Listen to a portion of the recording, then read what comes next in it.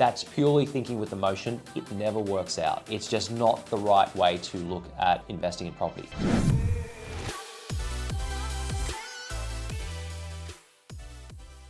Stick to just buying investment properties first. Because if you buy the right investment property, then you make more potential money, more potential equity on the way in. Then you can take that equity and then buy your actual dream house. Because even as an example, if you are living in Sydney and you want to move to maybe Perth in the future or Brisbane, yes, you might have the investment property, but by the time you get there and you might live in there for 6 or 7 months as an example, you might say, oh, well, actually, I don't like this area because I've never even been to this area. I just thought that, maybe I'll have this as an option to maybe move into.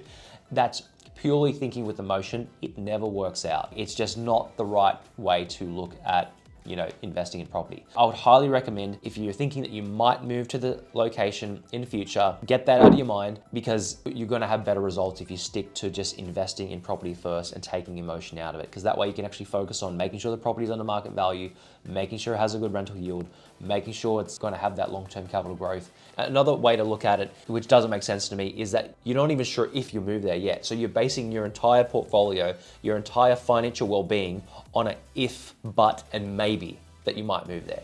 If it's not 100% certain, well then you shouldn't even be in the equation whatsoever. I've never personally bought properties in Brisbane or Gold Coast or Perth or whatever it is, or Sydney, being like, I might move into this later on and rent it out. It brings the emotion into it. It's just not a good idea. I hope this video helps.